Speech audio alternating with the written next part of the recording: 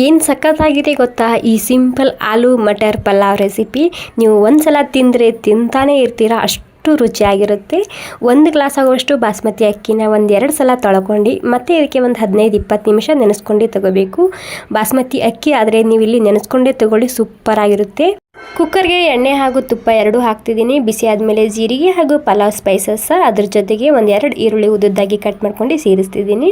ಈರುಳ್ಳಿ ಪೂರ್ತಿಯಾಗಿ ಕೆಂಪಾಗಬೇಕು. ಅದ್ರ ಜೊತೆಗೆ ನಾನಿಲ್ಲಿ 1 ಚಮಚ ಶುಂಠಿ ಬೆಳ್ಳುಳ್ಳಿ ಪೇಸ್ಟ್ ಹಾಕ್ತಿದ್ದೀನಿ. ಇದು ಕೂಡ ಮಿಸ್ ಮಾಡದೆ ಹಾಕೋಬೇಕು ಇದರಲ್ಲಿ.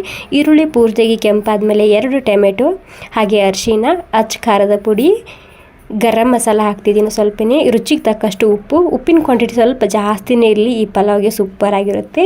ಎಲ್ಲ ಸೇರಿಸಿ ಸ್ವಲ್ಪನೇ ಹುರ್ಕೊಂಡಿನಿ. ನಂತರ ಇದಕ್ಕೆ ಆಲೂಗಡ್ಡೆ ಹಾಗೂ ಮಟರ್ ಹಾಕ್ತಿದ್ದೀನಿ.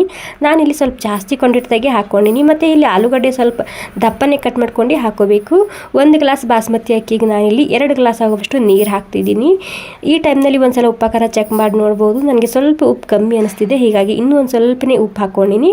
ನಂತರ ಫುಲ್ ಕುದಿ ಬರಬೇಕು ನೀರು ಕುದಿ ಬಂದಮೇಲೆ ಅಕ್ಕಿನ ಹಾಕ್ತಿದ್ದೀನಿ.